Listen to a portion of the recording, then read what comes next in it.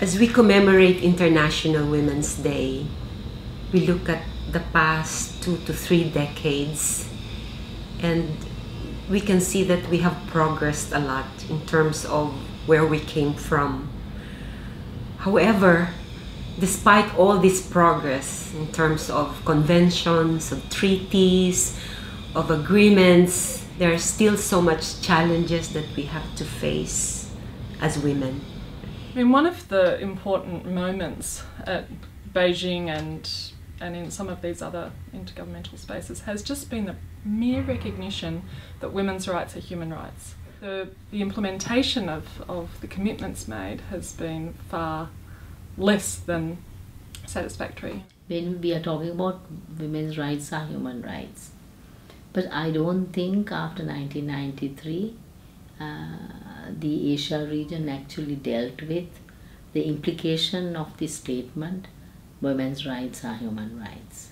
We had a lot of progress in understanding that the breadth of human rights for women and the specific issues for women, but at the same time perhaps some of the issues for particularly the most marginalised women were not really adequately addressed, and the sources of those violations perhaps are only now being more comprehensively addressed. We need to develop this network of support, not only for the victims, but for the overall rights of women, because that is key to whatever aspiration, to whatever dream we have for society.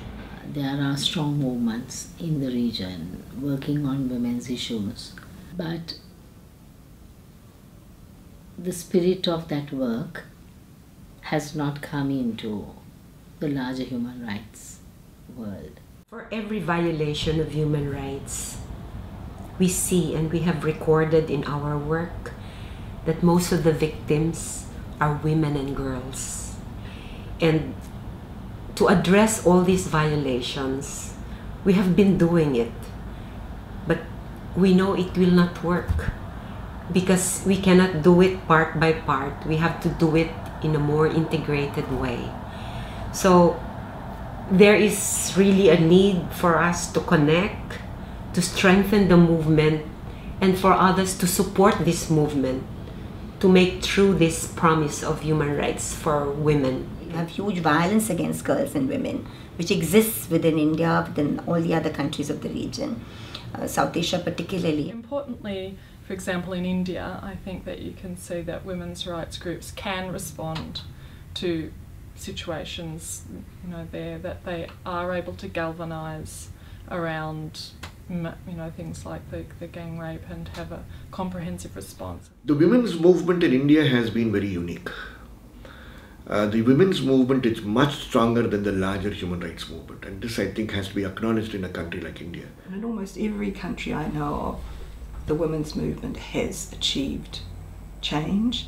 Much of the change that has come in laws related to women have come because of the women's movement, and the women's movement of variety of shades, beyond religious backgrounds, beyond caste backgrounds, people, women coming together. And it has been a battle after battle after battle that the women have always won.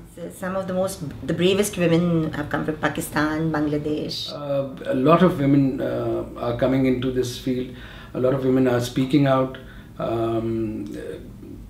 with regards to human rights.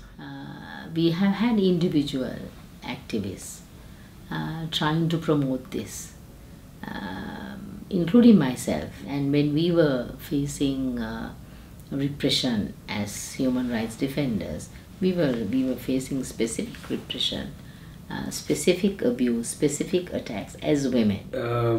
Historically, if you look at the region also, being a male-dominated society and a radicalized society, it has not much space for females to come forward.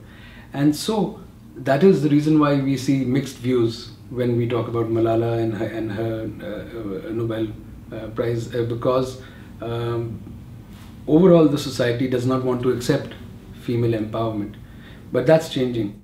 But it's really only when movements are behind the actual implementation, monitoring and shift the power structures that can be long term, that they can be meaningful, and that they can actually implement something. So that's why you need to have a movement that's very much ongoing, but changes over time. I mean, you know, the women's movement that I was part of in the 1970s doesn't exist anymore. But there's wonderful young feminists coming through that you find on the social media and writing stuff that I'm amazed that I didn't know, there were young women thinking like that, and it's very exciting. Every moment that we can imagine that's been some kind of progress has come about from movements, and that's why I'm still kind of hopeful that there will be other changes. It will be not only women who should be doing this, but all of us. It's a challenge for everybody, for all members of society, of humanity. So it's good to have Women's Day every day, and for women to organize more and to have this collective action to assert their rights for equality within our society, but also for the whole society to be part of this movement for women's rights.